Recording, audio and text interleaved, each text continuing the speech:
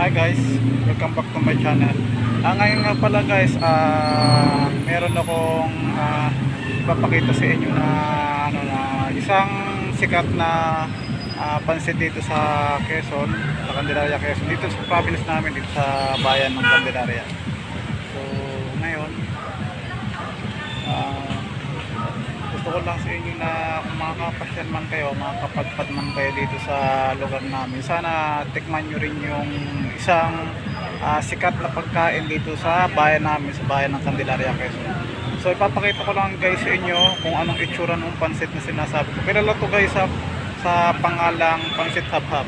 So ipapakita ko sa inyo guys yung pansit na sinasabi ko sa inyo. So actually nandito ngayon ako guys sa simbahan namin, sa may patio kung tawagin. So dito muna ako, then punta ako sa pamilyang bayan ng Candelaria para doon tayo bumili ng pansit habhab na tinatawag namin dito. So ngayon nga pala guys, hindi ako sure dun sa pupuntahan natin na tindahan na kung meron pang tinda sa ganitong oras. Pero marami naman dito guys na nagtitinda ng pansit habhab na tinatawag namin. So kung mapapasyal talaga kayo guys, try nyo tikman yung kilalang pansit dito sa amin. Meron nito guys sa Lukban, meron din silang version na pansit habhab. So sa amin dito, dati kasi noong una nilalagay pa sa dahon ng saging. So ngayon, syempre parang hindi na rin siya uso ngayon yung dahon nga na yun. So parang ngayon sa plato na lang o sa isang plate, paper plate. So doon na lang guys inilalagay. So try natin ngayon na may mabilang pa, pero marami naman dito. So doon lang tayo pupunta sa isang alam ko na pinupuntang kung binibilang ko rin lagi. Pero hindi ko pa susubukan doon sa iba guys. So try nyo ako samahan sa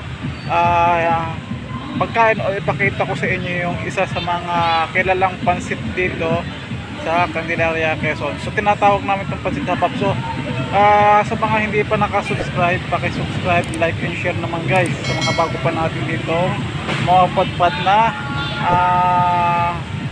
manonood. So ayun nga guys, punta lang natin at bumili na tayo. Let's go.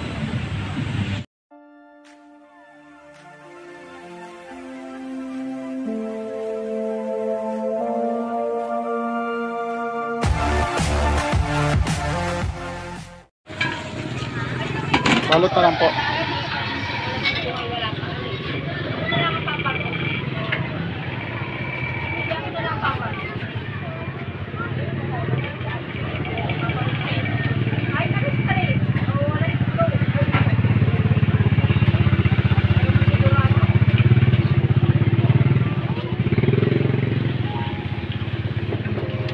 Tingnan naman po suka. So ayun guys, nakabili na ako ng sinatawag naming pansit habhab guys, dito sikat sa Candelaria, Quezon. So meron din ito guys sa sa Lukban, iba naman yung version nila. Then ngayon kasi hindi na siya nakalagay sa isang daon ng saging. Dati kasi nakalagay siya, doon siya kinakain. At the same time, yung ibabaw niya meron siyang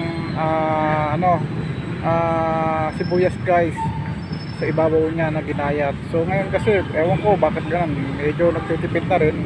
So halina't samahan nyo ako guys, tikman natin to sa halaga lang guys ng 10 pesos lang.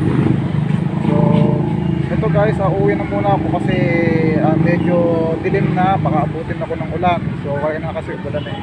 So pakita ko lang sa inyo guys yung isang sikat at kilala dito sa Quezon o sa Candelaria, Quezon, yung pansit na to. So tinatawag namin itong pansit habhab. So ganoon na nga guys, mamaya na lang ulit, uwi na muna ako. So ayun guys, nandito na ako sa bahay. So eto na guys yung binili kong pansit habhab sa bayan. So tinatawag namin itong pansit habhab. So dati may toppings talaga to na sibuyas sa ibabaw. So ngayon wala na. So ang kasama naman ito guys is suka. Lagyan natin sa guys ng suka. Wait lang guys. So ito na guys yung kasama nilang suka. So lagyan natin to guys. Sama natin to guys dito. So wait lang, butasan ko lang guys. So ayun guys, nilagay ko na. So dati kasi may mga sili-sili siyang kasama eh. Masarap ang suka nila. Ewan ko lang ngayon guys ha. So hanggang dito ko na lang guys tatapusin yung hanggang dito na lang guys yung aking video. So tatapusin ko na dito. So huwag sanang kalimutan mag like, share and subscribe to my channel. So nga pala guys, kung mapapadpad kayo ha, dito sa Candelaria, Quezon, huwag nyo kalimutan guys subukan kumain itong ganitong sikat sa amin na pansit. So eto na guys ha, hanggang dito na lang. Thank you guys.